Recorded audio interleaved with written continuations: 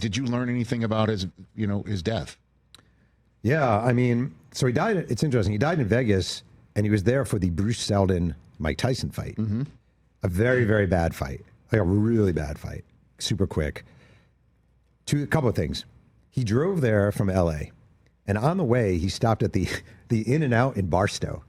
I've been there. Who hasn't? Who among us has not been to the In-N-Out in Barstow? Yeah. I think it's the third largest In-N-Out. It's enormous. Mm-hmm.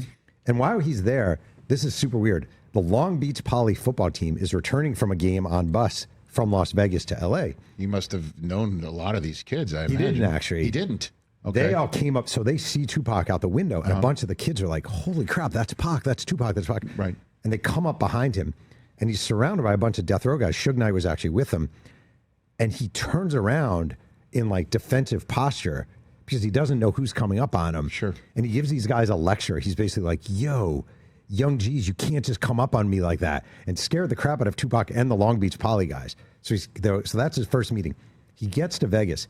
The Mike Tyson-Bruce Seldon fight was supposed to be several months earlier, but Don King faked a reason because Mike Tyson wasn't prepared for the fight. So had it been when it was supposed to be, none of this would have ever happened. He gets there.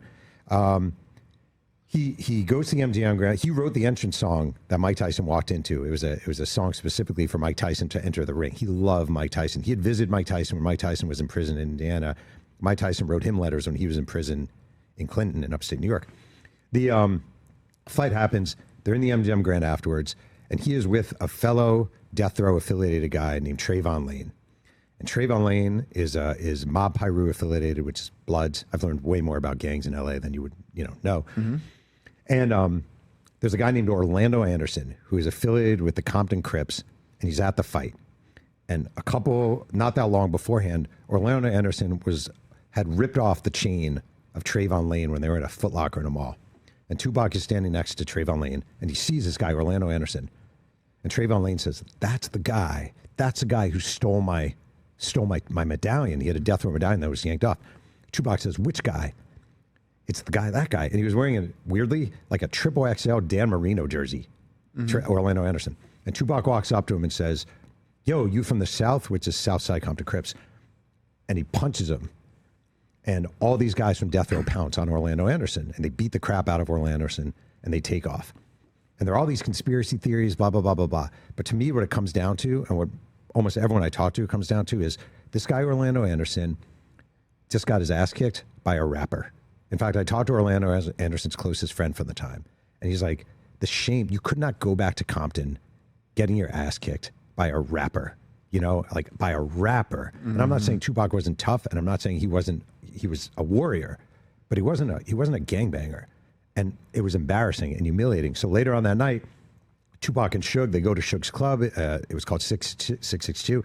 And then they're driving along the strip, and Orlando Anderson, his uncle Keefe D, two other guys, all Compton Crypt affiliated, are just driving around looking for Tupac, thinking they're not going to find him. And they see him leaning out of Suge Knight's BMW, hollering at women, yo, that's Pac. Where? Right there. And they pull up on him, and Orlando Anderson shoots him, and Suge drives away. And I found the cop. No cops liked working Tyson fights because you had a huge gang element that would come from LA for Tyson fights. It was a draw. And I found the cop who first got to Tupac, and he was on a bike. So imagine being on a bike pulling up to like Suge Knight and a bunch of death row. There were 4 death row vehicles.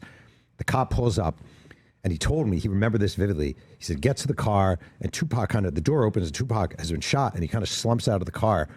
And the cop walks up to him, and he goes, are you okay? Are you okay? And he said, and he swore, Tupac looks at him and says, F you. And that was his last words. And then his eyes closed. And he was taken to the hospital, and he died a week later. You're something else, man. You're dogged. You're a great storyteller and writer, and only God can judge me. The Many Lives of Tupac Shakur is available today wherever you get all your books. You should get it. Unbelievable. Anything, that's why I say anything you write about, I'm into, man. Hey, you made it all the way to the end. Thanks for that. Check us out every single day streaming live on Disney Plus and the ESPN app 12 to 3 Eastern.